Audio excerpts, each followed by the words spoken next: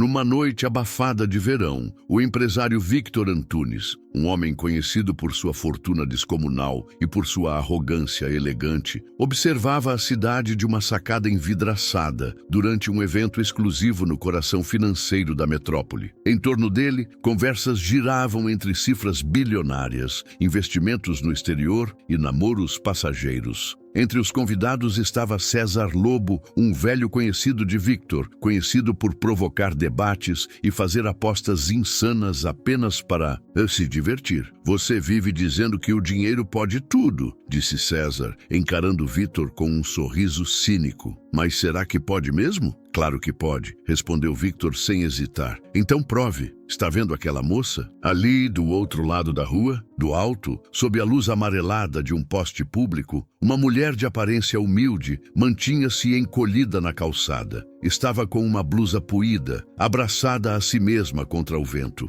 O olhar cansado não escondia uma firmeza silenciosa. Quero ver você transformar essa mulher numa dama da alta sociedade. Em 3 meses, se conseguir, te dou 2 milhões. Victor arqueou uma sobrancelha, surpreso com o absurdo da proposta, mas seu instinto competitivo falou mais alto. 2 milhões? Repetiu, olhando novamente para a mulher. Isso mesmo, mas tem que casar com ela, disse César, agora cruzando os braços. Transformá-la por completo. Victor sorriu de canto, como quem não teme desafio algum. Fechado, desceu as escadas da mansão com passos decididos e, ao se aproximar da mulher, ela o encarou com desconfiança. O que está querendo? Um acordo, disse ele, com frieza controlada. Você se casa comigo. Em troca, terá segurança, conforto e dinheiro suficiente para recomeçar sua vida. E por que eu? Rebateu ela, sem mover-se. Porque estava no lugar certo, na hora errada. Ela soltou uma risada seca. Você acha que pode me comprar?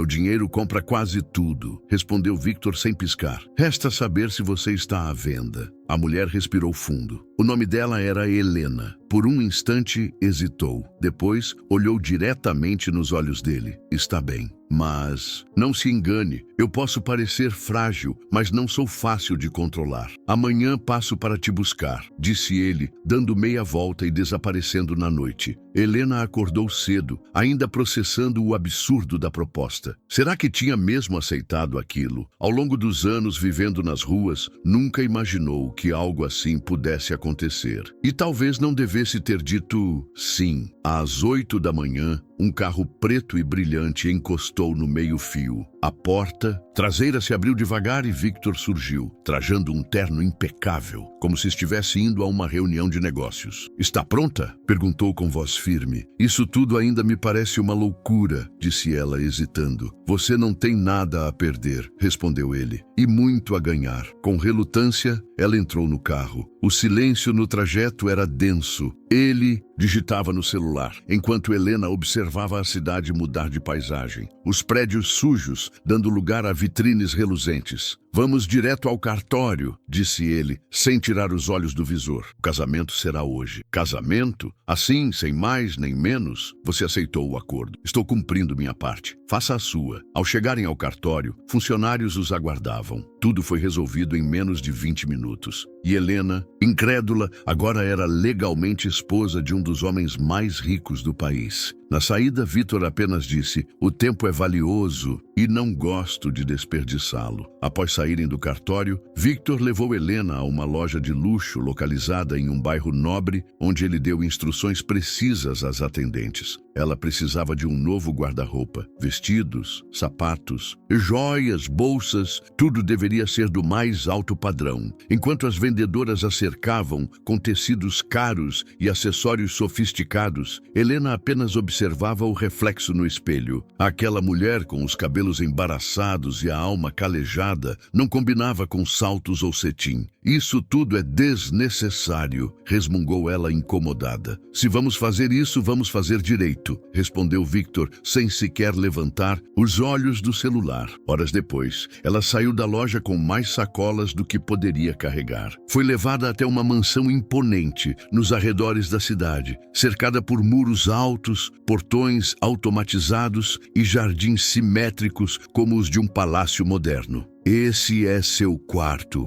anunciou Victor, abrindo uma das muitas portas do segundo andar.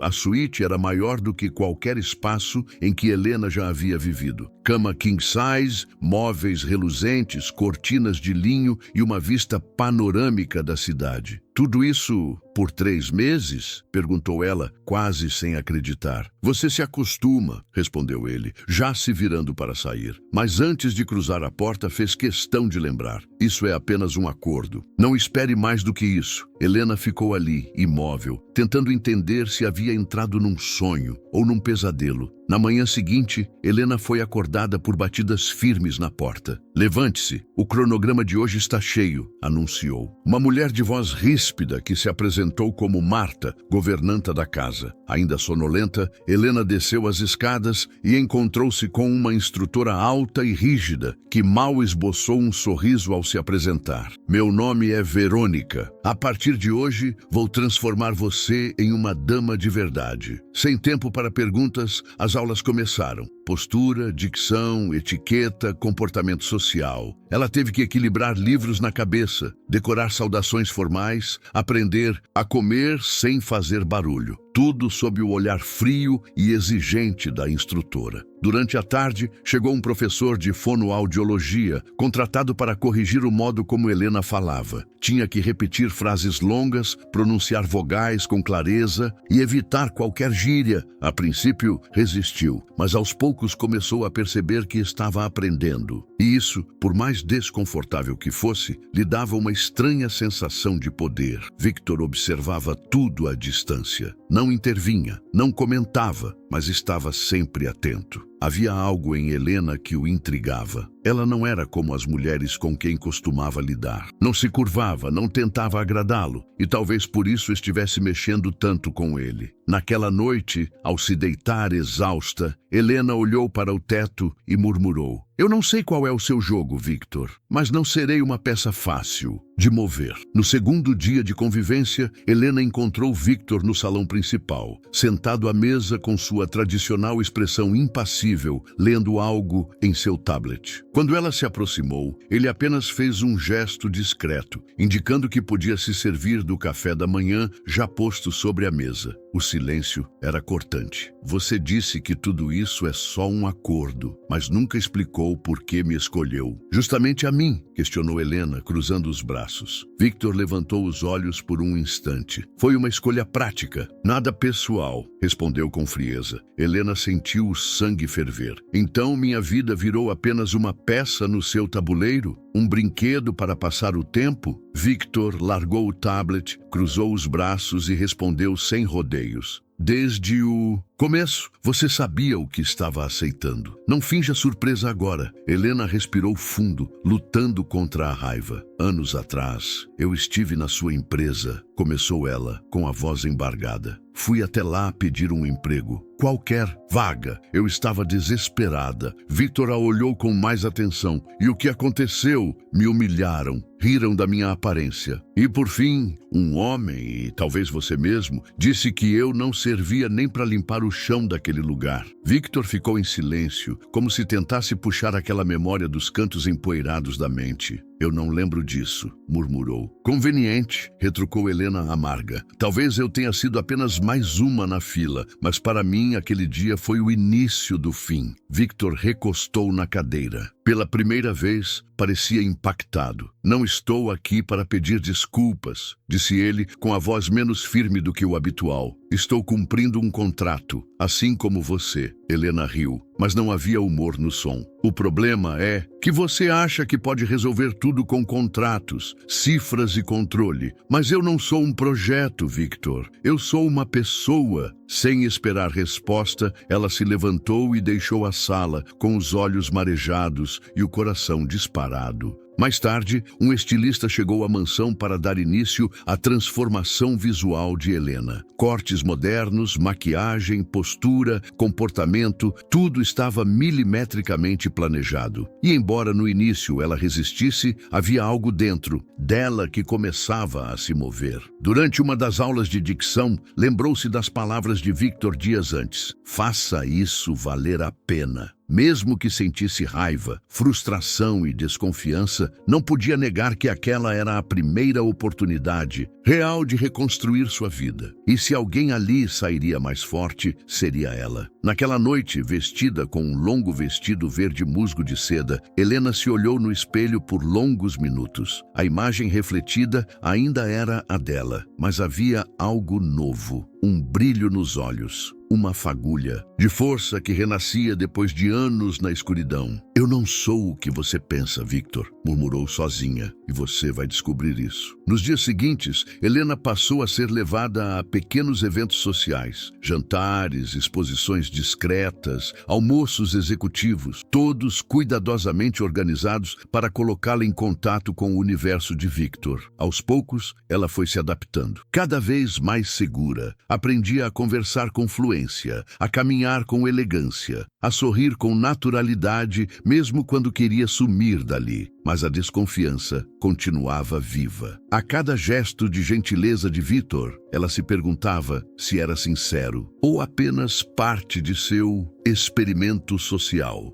Certa noite, ao retornar de uma reunião com empresários, Helena cruzou os corredores da mansão e ouviu vozes abafadas vindo do escritório de Victor. Curiosa, se aproximou devagar e reconheceu sem esforço o tom debochado de César. Então você conseguiu mesmo transformar aquela mulher da calçada numa dama de elite, dizia ele, rindo. Está ficando parecida com uma de nós. Mais do que imaginei, respondeu Victor com voz fria, mas o desafio ainda não terminou. E ela não faz ideia de que tudo isso é só parte de uma aposta, né? Insistiu César, divertido. Já decidiu o que vai fazer quando os 3 meses acabarem? Helena sentiu o estômago revirar. O ar pareceu sumir. Confirmava-se o que ela mais temia. Aquilo nunca foi sobre recomeço, mas sim um jogo entre homens ricos entediados. Ela recuou, os olhos cheios de lágrimas, e subiu as escadas sem ser notada. Quando se olhou no espelho do quarto, não viu uma vencedora, mas uma iludida. Poucos minutos depois, Victor entrou em seu quarto. Bastou olhar nos olhos dela para perceber que algo estava errado. O que houve? Perguntou preocupado. Eu ouvi tudo, respondeu Helena com a voz trêmula de fúria. A conversa com seu amigo, a tal aposta. Eu era só parte de um plano. Victor fechou a porta e suspirou. Você sabia desde o início que era um acordo. Eu pensei que talvez fosse mais do que isso. Victor tentou se justificar, mas ela o interrompeu. Para você, era tudo sobre controle, sobre vencer, sobre provar que seu dinheiro pode tudo. Mas eu sou feita de carne, alma e cicatrizes, Victor, e você me usou. Não foi só isso, disse ele, com um tom mais calmo. Algo mudou, tarde demais. Helena passou por ele, desceu as escadas e saiu da casa sem olhar para trás. O vento da madrugada cortava a pele enquanto ela caminhava pelas ruas, novamente sem rumo. A cidade parecia fria, indiferente, como tinha sido por quase toda a sua vida adulta. Voltou a se sentar em um banco de praça, rodeada por silêncios, lembranças e o sabor amargo da decepção. Alguns moradores de rua estavam por perto, dividindo pão e garrafas térmicas de chá. Um senhor de barba grisalha olhou para ela e disse: "Não é fácil voltar, né?" Helena apenas balançou a cabeça. Enquanto isso, Victor permanecia em sua biblioteca, imóvel, os punhos fechados. O que começou como uma brincadeira, agora o atormentava. Percebia que, mesmo cercado de luxo, havia algo que lhe escapava: a verdade. Pela primeira vez, não sabia o que fazer. Horas depois, sem conseguir suportar a dúvida, pegou as chaves do carro e saiu pela cidade, procurando por ela. Sabia que não tinha o direito de pedir perdão, mas precisava vê-la. Após mais de 1 hora rodando pelas ruas, avistou Helena, sentada ao lado de uma fogueira improvisada. Desceu do carro, devagar, tentando não assustá-la. Ela o viu se aproximar e se levantou imediatamente. "O que está fazendo aqui? Procurando você. Por quê? Porque cometi um erro. De todos os que já cometi, esse foi o maior." Helena cruzou os braços. Estava cansada de discursos. "Eu não vim aqui para pedir que confie em mim agora, mas quero merecer sua confiança com o tempo." Ela não respondeu. O frio apertava, e embora sua mente gritasse para continuar longe, seu corpo já tremia de cansaço. Venha comigo, disse ele, estendendo a mão. Não por mim, por você mesma. Helena hesitou, olhou para a fogueira, para as pessoas ao redor e, por fim, segurou a mão dele. Eu não estou perdoando você, só estou cansada demais para ficar aqui. Após aquele reencontro silencioso, Helena retornou à mansão de Victor, não como esposa, tampouco como dependente. Ela voltava como alguém que exigia respeito, espaço e resposta. Victor, por sua vez, não tentou forçar intimidade, respeitou cada silêncio e cada olhar distante. Na manhã seguinte, uma nova proposta a aguardava sobre a mesa da sala principal. Um contrato de trabalho assinado por Victor, oferecendo a ela um cargo administrativo em uma das empresas do grupo. Não é caridade, disse ele ao vê-la hesitar. É uma oportunidade, e eu sei que você é capaz de muito mais do que imagina. Helena aceitou, com a condição de que sua função não fosse apenas simbólica. E assim, entre planilhas, reuniões e apresentações, ela começou a provar que sua força ia além da aparência transformada. Em pouco tempo, seus projetos sociais voltados para mulheres em situação de vulnerabilidade chamaram a atenção da diretoria e dos investidores. Victor observava tudo à distância. Ele havia mudado, e não dizia isso com palavras, mas com atitudes. Deixou os holofotes, passou a se envolver em ações reais de impacto e principalmente deixou de tentar controlar tudo. Quando Helena recebeu uma carta de aceitação em um curso de gestão pública, ficou surpresa ao ver que Victor havia indicado seu nome, mas não tocado no assunto. Foi atrás dele. Por que fez isso? Perguntou ela, com o envelope em mãos. Porque acredito em você, respondeu ele, e porque quero que você tenha as rédeas da sua vida. Ela ficou em silêncio. Ainda havia feridas, sim, mas começava a surgir algo diferente ali. Confiança não imposta, conquistada. Meses se passaram. A antiga aposta fora enterrada. A nova realidade era outra. A fundação social que antes existia no papel virou um projeto concreto, liderado por Helena, com Victor ajudando nos bastidores. Crianças, mulheres, idosos, centenas de vidas passaram a ser impactadas pelo trabalho que nasceu de um erro e floresceu em propósito. Em um evento beneficente, enquanto Helena discursava emocionada sobre a importância de oferecer segundas chances, Victor a observava de longe, orgulhoso, mas respeitando seu espaço.